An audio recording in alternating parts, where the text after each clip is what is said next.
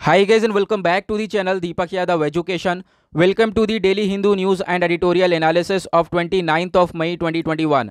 तो गाइज आज है तारीख 29 मई 2021 और है सैटरडे। देखेंगे आज का the Hindu complete newspaper. The Hindu complete newspaper को एनालाइज करेंगे, बट लेक्चर में आगे बढ़ने से पहले अगर आप लोगों को ये कंप्लीट न्यूज़पेपर का पीडीएफ चाहिए तो क्या करना है, सबसे पहले डाउनलोड करना है टेलीग्राम और फिर जाकर सर्च बॉक्स में टाइप करना है Deepak Yadav education. As you can see guys आप लोगों को ये चैनल मिल जाएगा, उस पर क्लिक करना और जाकर इस चैनल को ज्वाइन कर लेना। देखो अगर आप लोगों को इस तरीके से ये चैनल नहीं मिलता है तो नीचे डिस्क्रिप्शन बॉक्स में आप सभी लोगों को टेलीग्राम का लिंक दिया गया है, वो लिंक इसी चैनल का है। जैसे ही आप उस पर क्लिक करोगे ऑटोमेटिकली ये चैनल ओपन हो जाएगा, इसको जाकर ज्वाइन कर लेना। नाउ ज्वाइन करने से फ़ायदा क्या होगा, यहाँ पर आपको डेली बेसिस पर द हिंदू न्यूज़पेपर मिल जाता है, डेली करंट अफेयर के वीडियो का पीडीएफ मिल जाता है, डेली बहुत सारे डिजिटल नोट्स मिल जाते हैं और ये सारी चीज़ें मिलती हैं बिल्कुल फ्री में, तो जाकर इसको ज़रूर ज्वाइन करना। नाउ बढ़ते हैं आगे, और आगे बढ़ने से पहले हमेशा की तरह हम लोग अपने लेक्चर को एक मैप के क्वेश्चन के साथ स्टार्ट करेंगे। तो आज आप सभी लोगों को मैप में जाकर देखना है स्लोवाकिया को, कहाँ पर है ये एग्जैक्टली लोकेटेड, इंडिया के कंपैरिजन में कहाँ पर है, अच्छे से मैप पे देखना, फिर आकर नीचे कमेंट सेक्शन में टाइप करना, जिससे कि आप लोग इसको लंबे समय तक याद रख पाओगे। नाउ चलो शुरुआत करते हैं। तो देखो सबसे पहले आर्टिकल में बात करी गई है, कल जीएसटी काउंसिल की मीटिंग हो चुकी है। ओके, काफ़ी दिनों से हम चर्चा कर रहे थे मीटिंग होने वाली है, नाउ फाइनली कल ये मीटिंग हो गई है और काफ़ी सारी बातें हुई है इसके अंदर, तो हम यहाँ पर उसके बारे में डिस्कशन करेंगे। सबसे पहली चीज़ तो देखो, जीएसटी काउंसिल एग्री नहीं किया है इसने इमीडिएट टैक्स ब्रेक के ऊपर। मतलब ये बोला जा रहा था जो कोविड-19 रिलेटेड इक्विपमेंट्स हैं उसके ऊपर से जीएसटी को हटा दिया जाए एक तरीके से कुछ टाइम के लिए, ठीक है, ताकि लोगों को रिलीफ मिले इस चीज़ से। लेकिन अभी यहाँ पर जीएसटी काउंसिल इस चीज़ के ऊपर एग्री नहीं हुआ है, ये मुद्दा बहुत पहले से चल रहा है। नाउ इसी मुद्दे पर और भी बहुत सारी बातें आने वाले टाइम पे हम लोगों को और भी पता चलेंगी। ओके, नाउ बहुत सारे ओपोजिशन स्टेट्स थे जो कि इस जीएसटी काउंसिल के अंदर बैठे थे, वो कौन कौन से थे, वेस्ट बंगाल, केरला, पंजाब, झारखंड, ये सब थे, ठीक है। अब यहाँ पे देखो बात हो रही है जीएसटी काउंसिल की, तो ये काउंसिल होगा जिसमें बहुत सारे मिनिस्टर्स होंगे, आपस में बैठकर बातचीत हुई होगी, है ना। नाउ इस काउंसिल के बारे में कहीं ना कहीं तो मेंशन होगा, तो वो पढ़ते हैं जो कि हमारे एग्जाम के पॉइंट ऑफ व्यू से बहुत ही ज़्यादा रेलिवेंट है। तो देखो जीएसटी काउंसिल के बारे में मैं सच में 20 बार पढ़ा चुका हूँ, मैंने आपसे 3-4 बार क्वेश्चन पूछा है, आप लोगों ने जवाब भी दिया होगा, है ना। तो चलो मैं आपको यहाँ पे छोटा सा ओवरव्यू दे देता हूँ। जो जीएसटी काउंसिल है वो आती है आर्टिकल 279A के अंदर, ये हम लोग को देखने को मिलता है हमारे कॉन्स्टिट्यूशन में, ठीक है। और जीएसटी पॉइंट जो है, जीएसटी टॉपिक जो है इतना इंपॉर्टेंट है, चाहे आप लक्ष्मीकांत उठाओ वहाँ पे आपको एक चैप्टर देखने को मिलेगा, इंडियन इकॉनमी उठाओ रमेश सिंह की, वहाँ पे आपको पूरा चैप्टर जीएसटी का देखने को मिलेगा, या फिर इकोनॉमिक सर्वे उठाओ, बजट उठाओ, तो ये जीएसटी टॉपिक अपने आप में एक वास्ट टॉपिक है, काफ़ी इंपॉर्टेंट है। ओके, नाउ 279A के अंदर इस चीज़ के बारे में जीएसटी काउंसिल के बारे में मेंशन किया गया है। जीएसटी काउंसिल कौन फॉर्म करता है, वो प्रेसिडेंट के द्वारा फॉर्म करी जाती है। लेकिन अब प्रेसिडेंट तो चलो फॉर्म कर देते हैं, लेकिन जीएसटी काउंसिल का चेयरमैन कौन होता है, वो होती है हमारी फाइनेंस मिनिस्टर, ठीक है, जो कि आज के टाइम पर निर्मला सीतारमण है। इसके साथ और भी ढेर सारे मिनिस्टर्स होते हैं जो कि स्टेट गवर्नमेंट्स नॉमिनेट करती है, ठीक है। उसके बाद अगर हम इस काउंसिल की बात करें तो कैसे डिसीजन कैसे लिया जाता है, तो देखो जो सेंटर है ना, केंद्र सरकार के पास यहाँ पे वोटिंग पावर होती है 1/3 की, ठीक है, और जो स्टेट्स है राज्य सरकार है उनके पास पावर होती है 2/3 की, ठीक है। और अगर हम बात करें कोई डिसीजन लेना है तो कितनी मेजोरिटी से जाएगा, वो 3/4 मेजोरिटी से वो डिसीजन लिया जाता है इस पूरे जीएसटी काउंसिल के अंदर में। ओके, आई होप आपको ये क्लियर हो गया होगा अच्छे से, ये जीएसटी काउंसिल क्या है, बहुत इंपॉर्टेंट टॉपिक ये हमारे लिए हो जाता है। नाउ अब देखो हमने ये सारी चीज़ें डिस्कस कर ली, इस काउंसिल में मीटिंग चल रही थी, टैक्स को लेकर हटाने की बात कर रही जा रही थी, लेकिन जीएसटी काउंसिल ने अभी उस चीज़ पर एग्री नहीं किया है, ठीक है, ये बात हो गई। उसके बाद मैंने आपको बताया कि जो भी एंटिटीज़ हैं, अगर कोई गुड्स परचेज करता है, ठीक है, अगर डोनेशन के लिए परचेज करा जा रहा है गुड्स, तो उस पर जीएसटी लागू नहीं होगा। उसके बाद एक और पॉइंट जिसको आपको ध्यान में रखना है कि देखो अभी जो एक बात के ऊपर और चर्चा चल रही है, देखो यहाँ पर क्या किया गया है, एक स्पेशल सेशन जो है डिसाइड किया गया है। वो सेशन किस लिए रखा गया है, ताकि जो जीएसटी कंपनसेशन वाला इशू है ना उसको सॉल्व किया जा सके।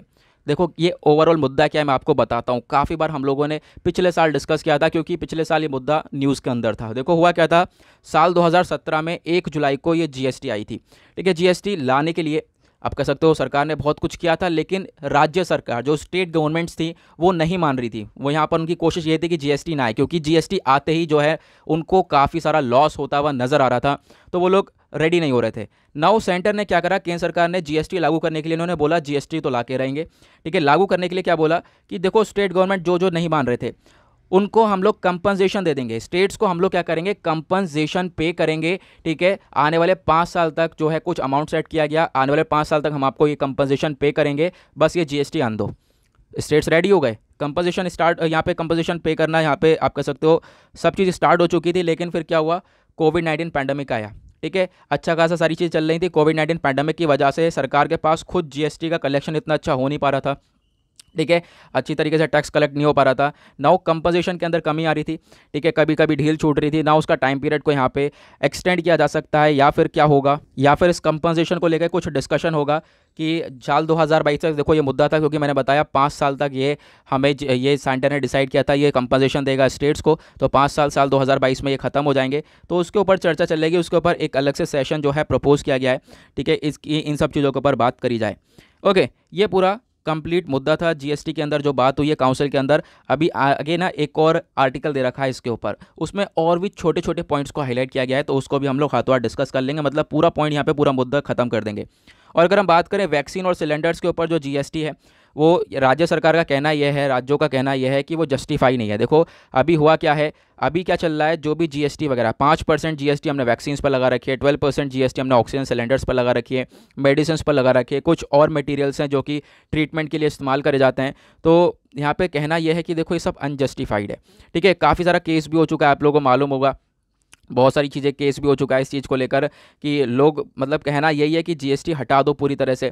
ठीक है, लेकिन यहाँ पे अभी हमारे गवर्नमेंट जो है इस चीज़ों के ऊपर रेडी नहीं है। ओके, ये पूरा काउंसिल का मुद्दा हो गया। नाउ आते हैं नेक्स्ट आर्टिकल की तरफ। तो यहाँ पे आप देख पा रहे होंगे एक आर्टिकल में बात करी गई है, सुप्रीम कोर्ट का ऑर्डर है कि उन बच्चों की हेल्प करो जो कि ऑर्फेंड हैं, एक तरीके से जो कि अनाथ हो चुके हैं, जिनके माँ बाप की डेथ हो चुकी है इस कोविड-19 पैंडेमिक की वजह से। वो बच्चा आज के टाइम पर कितनी परेशानी में होगा, तो उसकी परेशानियों को ख़त्म करने के लिए आपको यहाँ पर उस बच्चे की हेल्प करनी है, ऐसा यहाँ पर सुप्रीम कोर्ट ने ऑर्डर दिया है।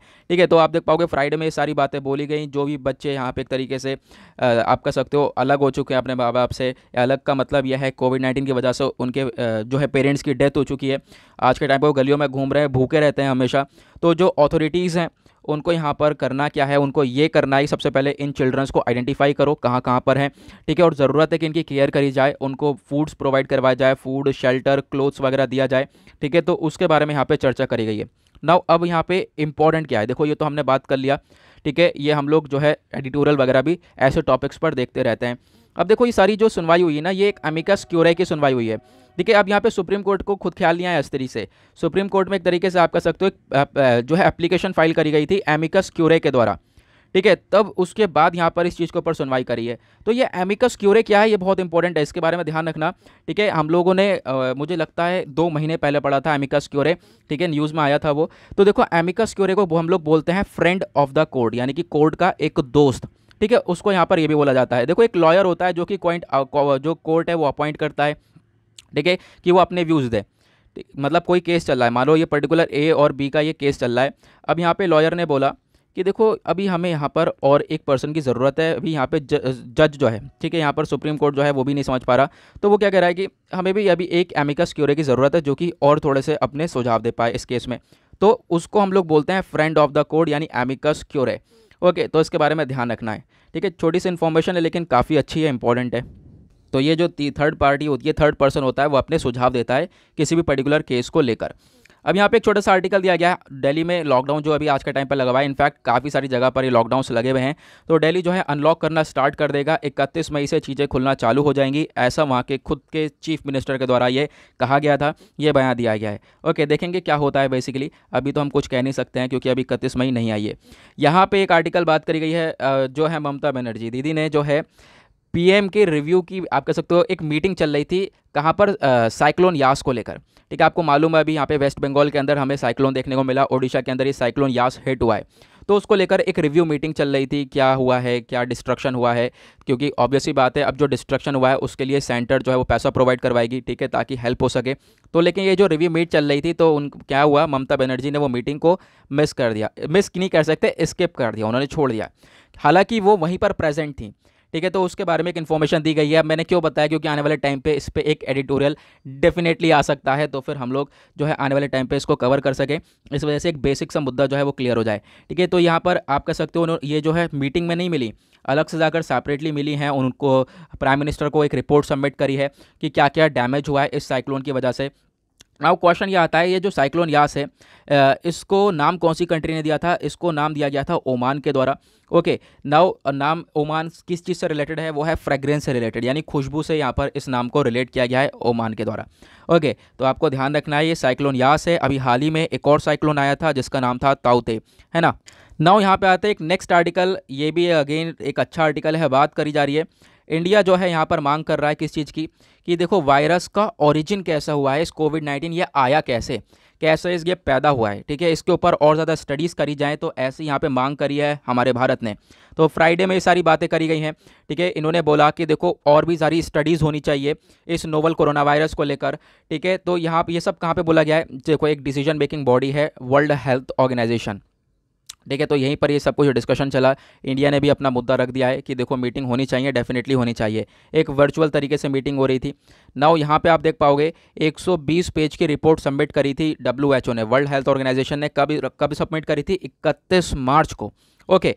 और यहाँ पर आप कह सकते हो बहुत सारी चीज़ें यहाँ पे आप कह सकते हो। चाइना गया था डब्ल्यूएचओ का टीम, हमने डिस्कस भी किया था इसके ऊपर। अब चाइना जाकर इन्होंने काफ़ी सारी चीज़ों के ऊपर इन्वेस्टिगेट किया, लेकिन आकर ये बताया कि देखो चाइना की जो वुहान इंस्टीट्यूट ऑफ वायरोलॉजी है वहाँ से नहीं हो सकता, पॉसिबल नहीं है कि ये वायरस लीक हुआ हो। हालांकि अभी जो हाल ही में रिपोर्ट्स आ रही हैं वो क्या बता रही हैं? वो ये बता रही हैं कि वुहान इंस्टीट्यूट ऑफ जो वायरोलॉजी था वहाँ पर नवंबर 2019 में 2-3 लोग बीमार पड़े थे। ठीक है। फिर उसके बाद दिसंबर में ही वो कोविड आ चुका था। तो कुछ ना कुछ चीज़ें रिलेट हो सकती हैं, तो उसके ऊपर स्टडीज़ अभी आज के टाइम पर और ज़्यादा ज़रूरी हैं, करनी चाहिए। बहुत सारी कंट्रीज़ ने ये जो असेंबली चल रही है आज के टाइम पर डब्ल्यूएचओ की, देखो एक असेंबली चल रही है 24 मई से शुरू हुई थी, 1 जून तक ये चलेगी। तो यहीं पर ये कंसर्न उठाए गए हैं। बहुत सारी कंट्रीज़ यहाँ पर उन्होंने भी ये बात बोली है जो कि इंडिया ने बोली है कि कोविड-19 को लेकर कोविड-19 को लेकर आगे की और स्टडीज़ करनी चाहिए कि ये ओरिजिन कैसा हुआ है, हम लोगों को पता तो चले। उसके बाद यहाँ पर हमारे जो है एक्सटर्नल अफेयर मिनिस्टर, उनके द्वारा भी यही सारे मुद्दे रखे गए हैं। उसके बाद 1 अप्रैल को क्या हुआ था, हमारे जो मिनिस्ट्री ऑफ एक्सटर्नल अफेयर हैं उन्होंने भी एक स्टेटमेंट दिया था, जिन्होंने यहाँ पर ये बोला था देखो पॉसिबल ऑप्शन हो सकते हैं, 4 ऑप्शन हो सकते हैं जिसके थ्रू ये डिजीज़ जो है फैलती हुई नज़र आ रही है। वो क्या क्या हो सकता है? देखो एक तो जूनोटिक ट्रांसमिशन हो सकता है।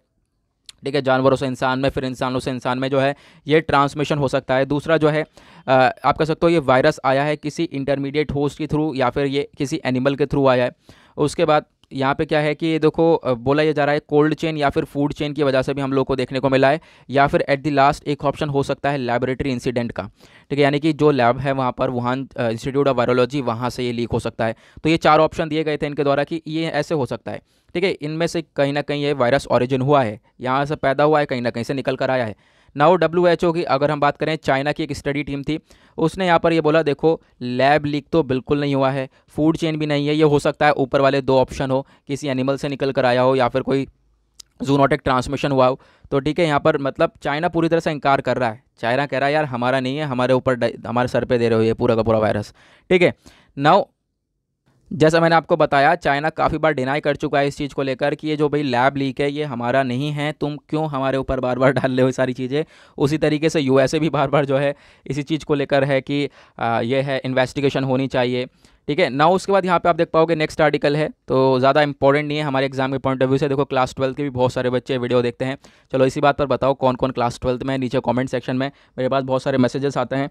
ठीक है ना। यहाँ पे देखो सुप्रीम कोर्ट ने क्या बोला है, जो बोर्ड एग्जाम्स हैं उसका डिसीजन 1 जून को आ सकता है। तो बताया जाएगा एग्जाम्स होंगे या नहीं होंगे। वैसे तो एग्जाम्स डेफिनेटली होने वाले हैं, क्योंकि हाल ही में एक आर्टिकल भी आया था, हमने डिस्कशन किया था। जो एजुकेशन मिनिस्टर हैं उनका कहना है एग्जाम्स डेफिनेटली होंगे। नाउ नेक्स्ट आर्टिकल में बात करी गई है children under mid day meal scheme to get add.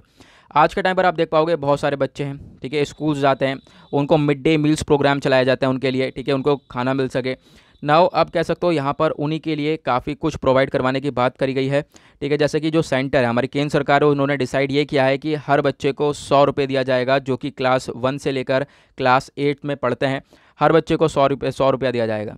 ठीक है। आप कह सकते हो गवर्नमेंट स्कूल्स के अंदर, जिससे कि वो मिड डे जो मील स्कीम है उसको फॉलो कर सके, एक तरीके से उनको खाना मिल सके दोपहर में, ठीक है, आप कह सकते हो खाने में जो उनका एक मिड डे मील स्कीम इसीलिए ली जा रही है क्योंकि हम लोग स्कूल में बच्चों को खाना प्रोवाइड करवा सकें। लेकिन इस चीज़ को देखते हुए जो राइट टू फूड एक्टिविस्ट है, इनका कहना यह है कि देखो यार 100 रुपये सफिशेंट नहीं होंगे आज के टाइम पर, कहाँ 100 रुपये की आप लोग बात कर रहे हो ना। उसके बाद यहाँ पे अगर हम बात करें, और भी कुछ डिसाइड किया गया है सेंटर के द्वारा, कुछ मनी यहाँ पे एलोकेट करने की बात करी है, लगभग 1200 करोड़ रुपए जो कि ये दिए जाएंगे। लगभग 11.8 करोड़ बच्चों को यहाँ पे 1200 करोड़ रुपए प्रोवाइड करवाए जाएंगे।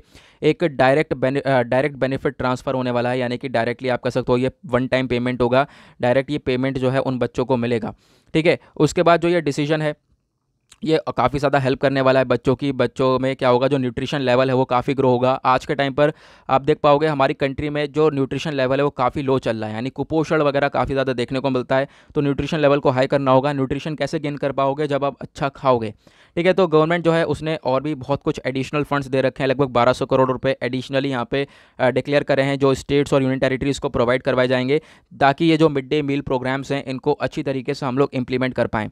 नाउ आते हैं नेक्स्ट आर्टिकल की तरफ। तो यहाँ पे बात करी गई है, मैंने आपको बताया साइक्लोन यास के बारे में। तो ये जो साइक्लोन यास है उसको लेकर हमारे प्राइम मिनिस्टर ने अनाउंस कर दिया है, लगभग 1000 करोड़ रुपए की मदद करी जाएगी इन 3 राज्यों के अंदर जहाँ पर ये साइक्लोन यास हिट हुआ है। कौन कौन से राज्य हो गए, ओडिशा, वेस्ट बंगाल और जो है झारखंड। ना उन्होंने बोला 500 करोड़ रुपए, 5000 बोल रहा हूँ, बाप रे, 500 करोड़ रुपए जो है इमीडिएटली ट्रांसफ़र कर दिए गए हैं कहाँ पर, ओडिशा में। और 500 करोड़ रुपए आप कह सकते हो अनाउंस करे गए हैं कि जो वेस्ट बंगाल, झारखंड, इन सब के अंदर दिए जाएंगे। लेकिन देखो 500 करोड़ रुपए तो इमीडिएटली, देखो क्या है, देखो ज़रूर से समझो, 1000 करोड़ रुपए का अनाउंसमेंट किया गया है कि इन स्टेट्स को दिया जाएगा, जिसमें से 500 करोड़ रुपए हाथों हाथ, ठीक है, और 500 करोड़ रुपए बाकी रोक के दिए जाएंगे। रोक के क्यों दिए जाएंगे, पहले चेक करा जाएगा भाई डैमेज कितना हुआ है, कहीं पैसा ज़्यादा ना पहुंच जाए, ठीक है। तो ये चीज़ें हैं कि डैमेज कितना हुआ है उसके हिसाब से जो है बाकी अमाउंट पे किया जाएगा। ओके, साइक्लोन यास के बारे में हमने डिस्कस कर ही लिया है। नाउ अगेन देखो वहीं पर जीएसटी की मीटिंग की हमने अभी बात करी थी, अगेन उसी के बारे में डिस्कशन किया गया है। जो स्पेशल जीएसटी मीटिंग है स्टेट्स कंपोजिशन को लेकर, उसके बारे में बातचीत होगी। स्पेशल जो सेशन है, जैसे मैंने आपको बताया क्या मुद्दा है पूरा का पूरा, मैंने अभी आपको बताया था ना, वो यहाँ पर आप उसको लिंक कर लो, ठीक है। कि जो जुलाई में 1 जुलाई को 2017 में जीएसटी आई थी, ठीक है, लाने के लिए स्टेट्स पहले आप कह सकते हो रेडी नहीं थे। हमने बोला कि कंपनसेशन देंगे, सेंटर ने, सारे राज्य सरकार ने बोला कंपनसेशन पे किया जाएगा, उसके बाद जीएसटी लागू करी गई ना। उसी को लेकर काफ़ी ड्रामा हो रहा है आज के टाइम पर। हम लोग सही से कंपनसेशन पे नहीं कर पा रही है सेंटर, किसको, स्टेट्स को। क्यों, क्योंकि स्टेट्स के पास खुद अच्छे से कलेक्शन नहीं हो पा रहा है ना। यहाँ पे आप देख पाओगे उसी को लेकर एक स्पेशल सेशन बैठाया जाएगा इस काउंसिल में, ठीक है। इस काउंसिल का ये सेशन बैठाया जाएगा और जल्दी इस चीज़ के ऊपर भी डिस्कशन होगा। तो कंपोजिशन को लेकर हम लोग को पता चलेगा क्या क्या जो है यहाँ पर डिस्कशन हुआ है और क्या क्या डिस्कशन होगा, ये सब हम लोग आगे बात करेंगे। ओके, नाउ वही जो चीज़ें हैं हमने देख लिया कि बाकी सारा क्या क्या डिस्कशन हुआ है जीएसटी काउंसिल मीटिंग में, वो वही सारी चीज़ें बता रखी हैं कि वैक्सीन को लेकर और जो है बाकी सारे जो कोविड-19 रिलेटेड इक्विपमेंट्स है उनके ऊपर जीएसटी है ही और ऐसे की ऐसी रहने वाली है, ठीक है। और भी यहाँ पर जो भी चीज़ें बदली जाएंगी वो हमें आने वाले टाइम पर 1 जून तक जो भी इन्फॉर्मेशन होगी वो पता चल जाएगी। यहाँ पर आप देख पाओगे सीधा सीधा यहाँ पर यही लिखा हुआ है, काउंसिल ने, मतलब जीएसटी काउंसिल ने रिजेक्ट कर दिया टैक्स के रिलैक्सेशन को, यानी वैक्सीन के ऊपर मांग ये थी कि ये जो जीएसटी है उसको हटा दिया जाए पूरी तरह से, लेकिन यहाँ पे जो काउंसिल है वो इस चीज़ को नहीं माना है, ठीक है। सिंपल। नाउ आगे बढ़ते हैं, देखते हैं और क्या है हमारे लिए।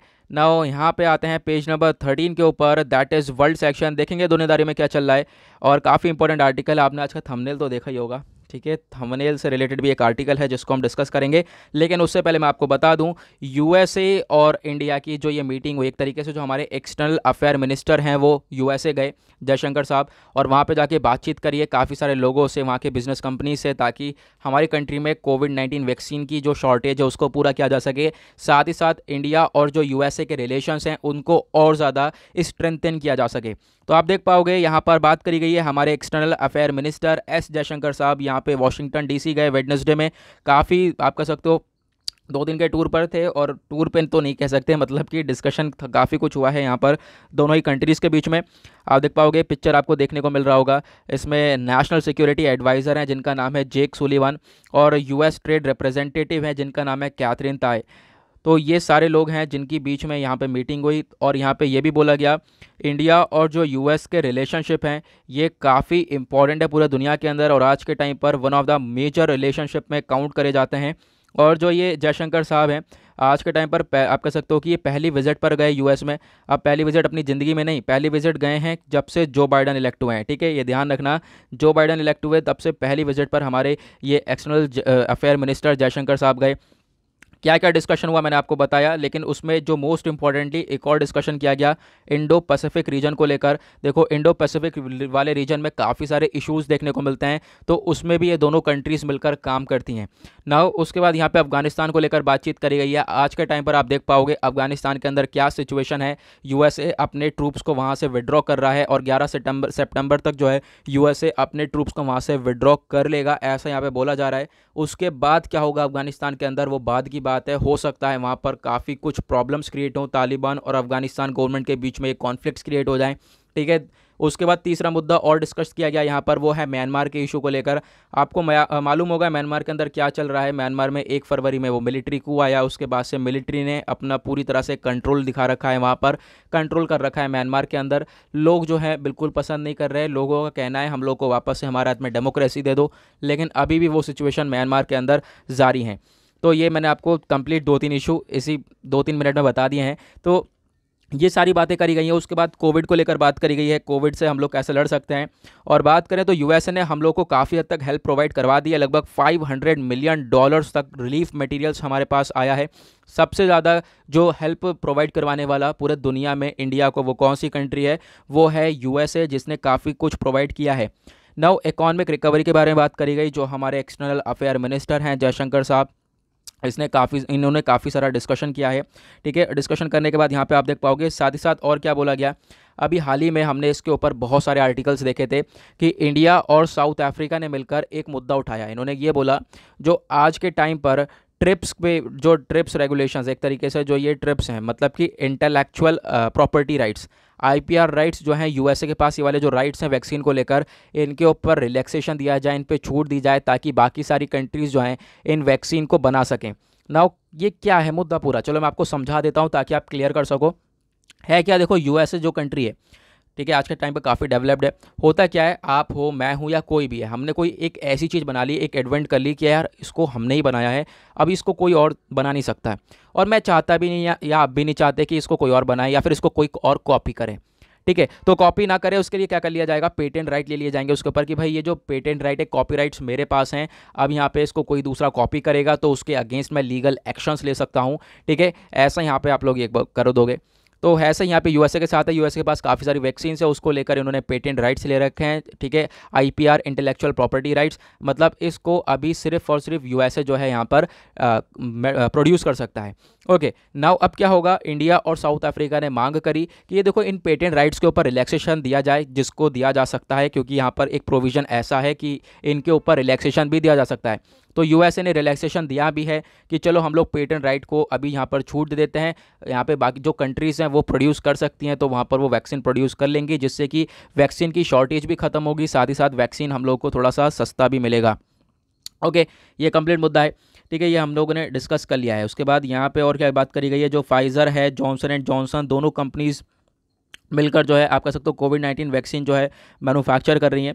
अब यहाँ पर इंडिया के अंदर भी देखो बहुत सारी चीज़ें देखने को मिलने वाली है, हम लोग हो सकता है ये वैक्सीन भी देख सकें। उसके बाद 1000 वेंटिलेटर्स, 1 लाख ऑक्सीजन कंसनट्रेटर्स जो हैं इंडिया को सेंड करे गए हैं, ठीक है। इसको लेकर बातचीत करी गई है, ये एक तरीके से काफ़ी हद तक सेंड आ चुके हैं हमारे पास और अभी काफ़ी सारे रह गए हैं जो कि जून के एंड तक ये हमारे पास बाकी सारी चीज़ें आ जाएंगी। ओके, तो उसके बारे में बात करी गई। नाउ फ्राइडे में जो हमारे एक्सटर्नल अफेयर मिनिस्टर है, आप देख पाओगे बाकी सारे लोगों से मिलने के बाद ये जो है हमारे उनके यूएसए के डिफेंस सेक्रेटरी लॉयड ऑस्टिन और वहाँ के secretary of state Antony Blinken से भी मिलकर आए हैं। तो आप देख सकते हो काफ़ी, इससे क्या पता चलता है जो हमारे और यूएस के रिलेशंस हैं वो काफ़ी हद तक इम्प्रूव्ड हैं आज के टाइम पर और आज के टाइम पर भी ग्रो होते हुए नज़र आ रहे हैं। ओके, नाउ उसके बाद यहाँ पे आप देख पाओगे एक आर्टिकल छोटा सा ये दे रखा है, ये बोला गया है देखो इंडिया जो है आज के टाइम पर देख रहा है श्रीलंका जो है, श्रीलंका काफ़ी हद तक मांग कर रहा है एफडीआई की, ठीक है, फॉरेन डायरेक्ट इन्वेस्टमेंट की, जो कि उसके पोर्ट सिटी पे ये इन्वेस्टमेंट हो, ठीक है। लेकिन यहाँ पर हम लोग अभी नहीं करने वाले हैं। एक तरीके से आप कह सकते हो श्रीलंका आज के टाइम पर ना ऐसी कंट्री हो चुका है जिसने बहुत सारा लोन लेकर रखा है बहुत सारी कंट्री से। अगर हम बात करें चाइना ने तो बिलियंस ऑफ का आप कह सकते हो बिलियंस ऑफ डॉलर्स का लोन दे रखा है किसको, श्रीलंका को। तो श्रीलंका तो आज के टाइम पर आप कह सकते हो कि पूरी तरह से डूबा पड़ा है, और आज के टाइम पर क्या है, श्रीलंका और भी मदद मांग रहा है। ठीक है, अभी आपको मालूम होगा कल आज का जो सुबह डेली करंट अफेयर वाला वीडियो है, मैंने उसमें डिस्कस किया है, बांग्लादेश ने $200 मिलियन का हेल्प किया है श्रीलंका को। आप कह सकते हो आप बांग्लादेश जो है यहाँ पे हेल्प कर रहा है श्रीलंका की। ठीक है, तो ये एक आप कह सकते हो करेंसी स्वैप की फैसिलिटी दी गई है। करेंसी स्वैप क्या होता है, ये सारी चीज़ें मैंने सुबह वाले डेली करंट अफेयर वाले वीडियो में डिस्कस की हैं, उसको भी जाकर एक बार देख लिया करो, क्योंकि वहाँ पे मैं सारे इंपॉर्टेंट आर्टिकल से डिस्कस करता हूँ, और खासकर किस तरीके से आप एक आंसर राइटिंग लिख सकते हो उस तरीके से हम वहाँ पे सारे आर्टिकल डिस्कस करते हैं। ओके, मॉर्निंग में अपलोड होता है, वो अपलोड हो चुका है ऑलरेडी 5:30 बजे, तो उसको आप लोग जाकर देख सकते हो। नाउ यहाँ पे फिलहाल अगर हम बात करें तो चाइना की तरफ से बहुत सारा इन्वेस्टमेंट है आज के टाइम पर। जो श्रीलंका है वहाँ पे उसकी जो कोलंबो पोर्ट सिटी है वो डेवलप कर रहा है, और वो एक तरीके से चाइना के अंडर में ही है। लेकिन श्रीलंका क्या बोल रहा है, चाइना का यहाँ पे कोई कंट्रोल नहीं है, पूरी तरह से श्रीलंका का कंट्रोल है। ठीक है, इस वजह से यहाँ पे इन्वेस्टमेंट आनी चाहिए, लेकिन इंडिया जो है अभी यहाँ पर कोई पैसा वगैरह यहाँ पे प्रोवाइड नहीं करवा रहा है। इसके पीछे का रीज़न आपको पता है क्यों नहीं करवा रहा, क्योंकि आपको मालूम होगा हम लोग एक पोर्ट बनाने जा रहे थे यहाँ पर। ठीक है, श्रीलंका में जो कोलंबो है वहाँ पे एक पोर्ट बना रहे जाते, वेस्ट टर्मिनल करके एक पोर्ट बना रहे थे। इंडिया और जापान मिलकर इसको मैन्युफैक्चर कर रहे थे, लेकिन जब एंड वक्त आया तो श्रीलंका ने इसको मना कर दिया, बोला कि देखो यहाँ पर ये पोर्ट आप मत बनाओ, आप ईस्ट टर्मिनल साइड बना लो। नहीं, हमने बोला हमें तो वेस्ट साइड बनाना है, हमने ना ईस्ट बनाया ना वेस्ट बनाया, हम लोग साइड में आ गए।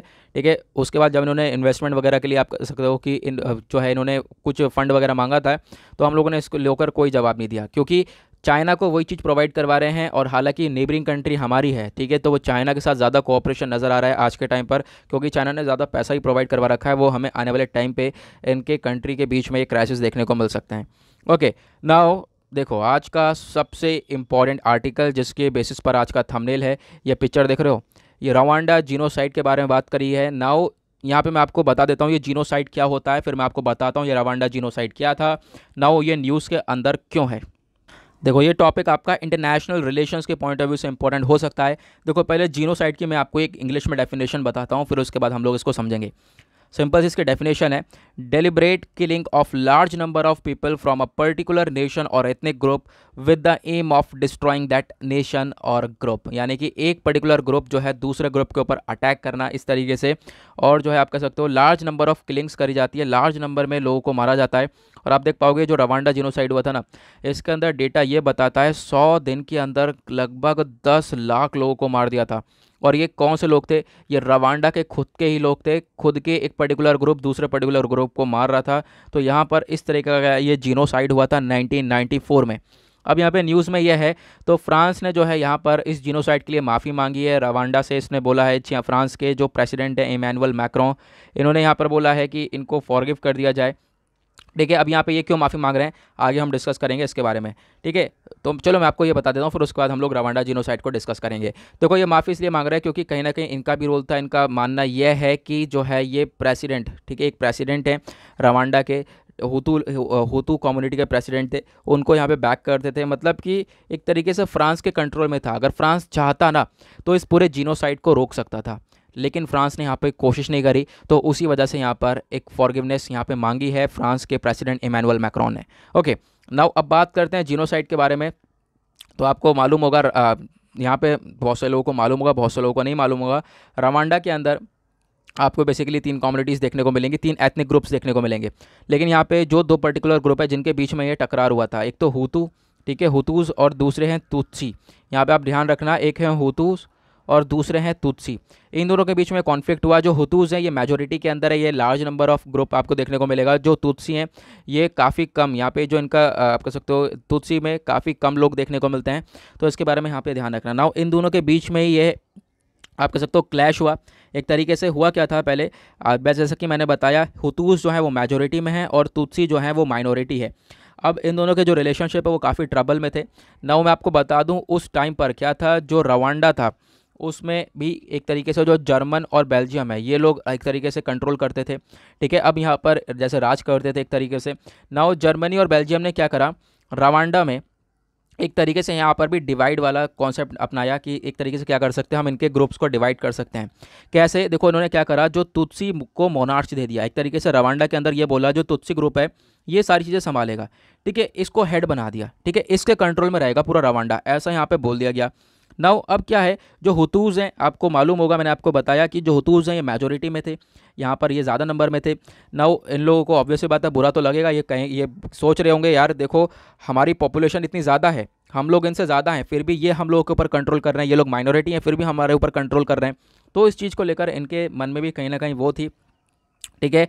तो इन्होंने एक ही बार में जो है इसको लेकर भड़ास निकाली। फिर उसके बाद आप कह सकते हो धीरे धीरे इनके हाथ में जब कंट्रोल में आई चीज़ें, तो फिर क्या हुआ, ये सारी चीज़ देखते हुए होता क्या था, जो तूत्सी हैं जिनके हाथ में आज के टाइम पर ये कंट्रोल है, जिनको जर्मन बेल्जियम ने कंट्रोल थमा दिया है, जो आज के टाइम पर कंट्रोल कर रहे हैं, जो कि माइनॉरिटी है, इनके पास अच्छा खासा आप कह सकते हो ये लोग अपर लेवल पर रहने लगे, इनके बच्चे स्कूल जाने लगे, ठीक है। ये सारी चीज़ें यहाँ पे आप देखो मेंशन करी गई है, इनके बच्चों को एजुकेशन मिलने लगी, एम्प्लॉयमेंट अपॉर्चुनिटीज़ इनके लिए बढ़ने लगी। तो ऑब्वियस सी बात है, तो दूसरा ग्रुप है जो मेजोरिटी सेक्शन में है वो गुस्सा तो होगा। तो हुतूज़ यहाँ पर एक तरीके से इन्होंने यहाँ पर फिर ये जीनोसाइड स्टार्ट किया। तो हुतूज़ ने लार्ज नंबर ऑफ पीपल्स यहाँ पर मारने स्टार्ट कर दिए थे। इनफैक्ट 1959 में बहुत सारे लोगों को मार दिया था, लेकिन फिर उसके बाद जो एग्जैक्ट क्लैश हुआ, फिर वो बाद में क्लैश हुआ लगभग 100 दिन के अंदर। यहाँ पे बहुत सारा डेटा ये बताता है कि 8 लाख लोगों की जान गई थी, लेकिन बहुत सारा डेटा ये बताता है कि 10 लाख लोग, मतलब कि लगभग 1 मिलियन लोगों को मार दिया था इस पूरे के पूरे रवांडा जीनोसाइड के अंदर में।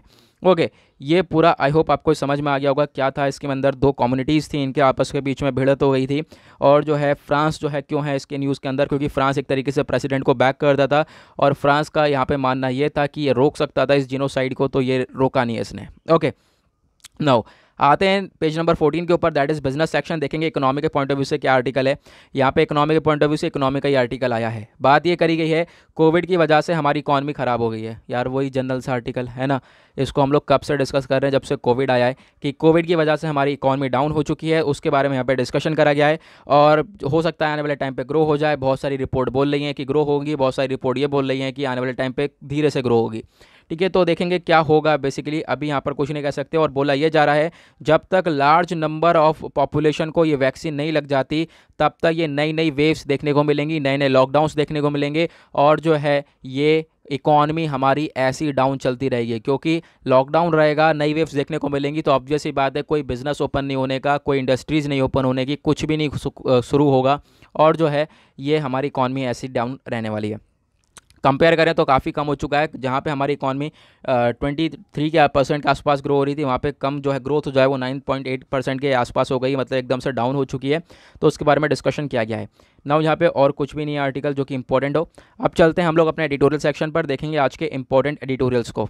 तो आज सैटरडे में क्या होता है, एक ही पेपर पे एडिटोरियल आता है, दूसरे पेपर पे ग्राउंड जीरो का ऑप्शन दिया जाता है। तो यहाँ पर आप लोग उसको चाहो तो पढ़ सकते हो, ना चाहो तो ना पढ़ो, कोई बात नहीं, इंपॉर्टेंट नहीं है हमारे लिए। नाउ यहाँ पे अगर हम बात करें एडिटोरियल पर, तो दो ही आर्टिकल हमारे लिए इंपॉर्टेंट हो जाते हैं। यहाँ पर बेसिकली पहला आर्टिकल बात करता है आरबीआई के बारे में। तो देखो ये जो रिजर्व बैंक ऑफ इंडिया है, अभी हाल ही में ये न्यूज़ में क्यों था, क्योंकि इसने ट्रांसफ़र किया था क्या, सरप्लस फंड। एक तरीके से सरप्लस फंड दिया गया है, जो उसके पास एक्स्ट्रा फंड है वो किसको दिया गया, हमारी सरकार को। ओके, नाउ जो आरबीआई के पास एक्स्ट्रा फंड था वो यहाँ पर ट्रांसफ़र करा गया, किसको, सेंटर को दिया गया है। ओके, नाउ किस लिए, ताकि सेंटर आज के टाइम पर देखो क्या रहा है ना, सरकार के पास पैसा आ नहीं रहा है, टैक्स कलेक्शन हो नहीं रहा है, तो क्या है कहीं ना कहीं से तो हेल्प चाहिए। तो उसके लिए यहाँ पर आरबीआई ने ये फंड प्रोवाइड किया है। और आपको मालूम होगा कितना फंड प्रोवाइड किया है, लगभग 99,122 करोड़ रुपए, 1 लाख करोड़ के आसपास जो है ये ट्रांसफ़र किया गया है, ताकि कोविड-19 जैसी ये प्रॉब्लम्स हैं उनसे हमारी सरकार लड़ सके। अगर आप बात करोगे क्या पहली बार हुआ है, तो नहीं यार, देखो ये है ना क्या, फंड ट्रांसफ़र बहुत पहले से, जो आरबीआई है वो पहले से ही सरप्लस को ये ट्रांसफ़र करता है।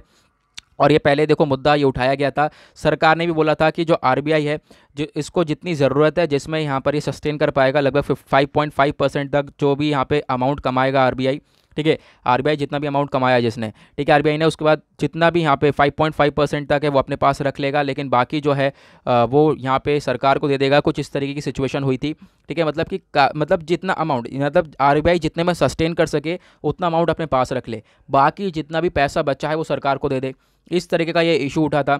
नाउ अगर हम बात करें इस इशू को, जो हमारे आप कह सकोगे आरबीआई के गवर्नर है, farmer RBI governor Urjit Singh Patel, इन्होंने तो यहाँ पर इसको एक्सेप्ट ही नहीं करा था। इन्होंने बोला यार आरबीआई का हम इतना अमाउंट आपको दे दें, ऐसा तो हो नहीं सकता, इतना अमाउंट हम लोग आपको सेंड नहीं कर सकते। तो आप कह सकते हो उन्होंने क्या करा, अगले महीने अपना इस्तीफ़ा दे दिया। उन्होंने बोला मैं रेजिग्नेशन ले रहा हूँ, लेकिन मैं ये आरबीआई का सरप्लस फंड सरकार को नहीं दे सकता। उसके बाद आ गए हमारे आप कह सकते हो आज के टाइम पर करेंट गवर्नर श्रीकांता दास जी। ठीक है। अब यहाँ पर इन्होंने जो है डिसाइड किया, इन्होंने ये बोला कि देखो 5.5% तो नहीं रखेंगे हम लोग, 6.5% तक हम लोग जो है आरबीआई रख सकता है, उसके बाद जो है कुछ सरप्लस होगा तो वो सरकार को दे दिया जाएगा। तो आप देख सकते हो तब से ये सिचुएशन चल रही है, आरबीआई जो है अपना सरप्लस जो है यहाँ पर गवर्नमेंट को दे देता है। ठीक है, उसके बारे में यहाँ पर बोला गया। नाउ मैं आपको बता दूँ, यहाँ पर आप लोग ये पिक्चर देख पा रहे होंगे, इस पिक्चर में सही से देखो, जो आरबीआई है वो काफ़ी पहले से सरप्लस देता हुआ आ रहा है। लगभग 2010-11 में उसने 15,000 करोड़ के आसपास दिया था। उसके बाद आरबीआई की आमदनी भी बढ़ती चली गई और उसके बाद आप देख पाओगे आमदनी बढ़ने के बाद यहाँ पर इसी तरीके से इसने ये फंड प्रोवाइड किया है। 2018-19 में सबसे ज़्यादा फंड प्रोवाइड किया गया था। नाउ 2020-21 में अभी जो डेटा है वो 99,000 यानी 1 लाख करोड़ के आसपास जो है यहाँ पर ये आरबीआई ने सरप्लस फंड प्रोवाइड किया है। नाउ अब आरबीआई से रिगार्डिंग देखो, ये तो हमने करंट न्यूज़ पढ़ ली। अब आरबीआई का कुछ स्टैटिक पोर्शन आता है तो उसके बारे में ध्यान रखना। मैं कुछ चीज़ें ऐसी बोल रहा हूँ जिसकी नोट डाउन कर लेना। देखो, जो रिजर्व बैंक ऑफ इंडिया है कब फॉर्म हुआ था, इसको बनाया गया था 1935 में। आपको मालूम होगा, जब पॉलिटी पढ़ोगे आपको पता चलेगा, जो गवर्नमेंट ऑफ इंडिया एक्ट 1935 था उसके अकॉर्डिंग यहाँ पर आरबीआई को एस्टेब्लिश करा गया था। तो रिजर्व बैंक ऑफ इंडिया 1935 में 1 अप्रैल को लाया गया था। और रिजर्व बैंक ऑफ इंडिया को नेशनलाइज कब करा गया, इसको मतलब नेशन के अंदर कब इंक्लूड करा गया। ठीक है, क्योंकि अभी तो यहाँ पे देश आज़ाद हुआ नहीं था, 1935 में आ गया था, ये देश आज़ाद हुआ नहीं था, तो नेशनलाइज कैसे होगा। ये नेशनलाइज इसको किया गया बाद में 1949 में। ओके, ये ध्यान रखना। और इसका जो पहला हेडक्वार्टर था रिजर्व बैंक ऑफ इंडिया का, वो कोलकाता के अंदर था। नाउ अब जो है इसका हेडक्वार्टर ट्रांसफ़र कर दिया गया है मुंबई में। अब यहाँ पे अब क्वेश्चन ये बन सकता है कि कब ट्रांसफ़र करा गया मुंबई में, तो याद रखना 1937 में इसको ट्रांसफ़र कर दिया था। और थर्ड यहाँ पे एक लास्ट क्वेश्चन ये भी आ सकता है कि आरबीआई के पहले गवर्नर कौन थे। ऑब्वियस सी बात है, जब देश आज़ाद नहीं हुआ था तब आरबीआई यहाँ पे बनाया गया था, तो आरबीआई के गवर्नर भी कोई अंग्रेजी होंगे। ठीक है, तो आरबीआई के पहले गवर्नर सर ऑसबॉर्न स्मिथ थे। लेकिन अब क्वेश्चन ये उठता है, आरबीआई के पहले इंडियन गवर्नर कौन थे, वो ज़रा नीचे कमेंट सेक्शन में बताओ। मैंने हाल ही में ये क्वेश्चन पूछा था, बहुत सारे लोगों ने गलत भी बताया था। नाउ ज़रा कोशिश करो, बताओ यहाँ पे कौन थे पहले इंडियन गवर्नर इसके। ओके, नाउ आगे बढ़ते हैं। नाउ यहाँ पे अगर आप पूछो आरबीआई पैसे कैसे कमाता है, तो देखो आरबीआई में एक सबसे बड़ा कॉन्सेप्ट ये भी है, जब आप वेबसाइट पे जाके पढ़ोगे तो आपको बहुत सारी चीज़ें देखने को मिलेंगी। आरबीआई भी इन्वेस्टमेंट करता है, ठीक है, सिक्योरिटीज़ वगैरह यहाँ पे इन्वेस्टमेंट करता है। उसके बाद बहुत सारा लोन्स प्रोवाइड करवाता है, बहुत सारी बैंक्स को यहाँ पे प्रोवाइड करवाता है, जिससे कि उसमें उसके हिसाब से इंटरेस्ट मिलता है। देखो, छोटा मोटा लोन तो प्रोवाइड करवाते नहीं, करोड़ों में लोन प्रोवाइड करवाता है, तो करोड़ों में जो लोन है उसका इंटरेस्ट भी करोड़ों में होगा। तो इस तरीके से यह आरबीआई की जो है इनकम जनरेट होती रहती है। नौ उसके बाद नेक्स्ट आर्टिकल में बात करी गई है, देखो कैपिटलिज्म को लेकर। देखो, ह्यूमैनिटी मैटर करती है, लेकिन आज के टाइम पर जो कैपिटलिज्म है उसमें हम लोग को एक अपग्रेडेशन की ज़रूरत है। ये आर्टिकल लिखा गया है अरुण मेहरा साहब के द्वारा, तो डिस्कस करेंगे। कैपिटलिज्म, जिसको हम लोग हिंदी में पूंजीवाद बोलते हैं, आपको मालूम होगा। देखो, हो क्या रहा है आज के टाइम पर, जो कैपिटलिस्ट है, आप कह सकते हो जो प्राइवेट प्रोड्यूसर्स हैं वैक्सीन के, उनका क्या काम है आज के टाइम पर, प्रॉफिट को और इंक्रीज़ करना। ठीक है, प्रॉफिट को इंक्रीज़ करने का काम यहाँ पर ये कर रहे हैं। उसके बाद यहाँ पे अगर हम बात करें, गवर्नमेंट जो है, गवर्नमेंट को स्टेप उठाना, अगर यहाँ पे सारी चीज़ें नहीं होती, देखो जो बहुत सारे पुअर पीपल हैं जो कि महंगी चीज़ों को अफोर्ड नहीं कर पाते, तो उसके लिए गवर्नमेंट को क्या करना चाहिए, गवर्नमेंट स्टेप उठाती है कि प्राइवेट प्रोड्यूसर से चीज़ें खरीदे, फिर उसकी सब्सिडीज़ पर सेल करे, ताकि लोगों के पास, गरीब लोगों को यहाँ पर मिल पाए। इस तरीके के स्टेप्स उठाए जाते हैं। ठीक है, गवर्नमेंट जो है आज के टाइम पर दोनों तरफ से प्रॉब्लम फेस करती है। गवर्नमेंट जो है, आप कह सकते हो आज के टाइम पर सबसे बड़ी क्राइसिस भी फेस करती हुई नज़र आ रही है। लेकिन होता क्या है, बहुत सारी पैसों के लिए काम करा जा रहा है, मतलब कि जो है पैसा बहुत इंपॉर्टेंट रखा गया है। बहुत सारी जो प्राइवेट इंडस्ट्रीज़ हैं, प्राइवेट प्रोड्यूसर्स हैं, उसको पैसों को वो ज़्यादा वैल्यू दे रहे हैं। अगर हम बात करें, जो ह्यूमैनिटी है वो तो मैटर करती है, लेकिन जो कैपिटलिज्म है, जो पूंजीवाद है, उसको भी यहाँ पे हमें अपग्रेड करने की ज़रूरत है। जब यहाँ पे मानवता वाली बात आए तो हम लोग को यहाँ पर पैसों पर नहीं आना चाहिए। बहुत सारे प्राइवेट कंपनीज है जो कि आज के टाइम पर पैसों के पीछे यहाँ पे भागती हुई नज़र आ रही हैं। ठीक है, यहाँ पर जो आप कह सकते हो कि क्या है कि हम लोग, अगर हम बात करें, क्वेश्चन ये आया कि कैपिटलिज्म को कैसे एंड किया जा सकता है, ये जो पैसेवाद, ये पूंजीवाद है, इसको हम लोग कैसे, किस तरीके से एंड कर सकते हैं।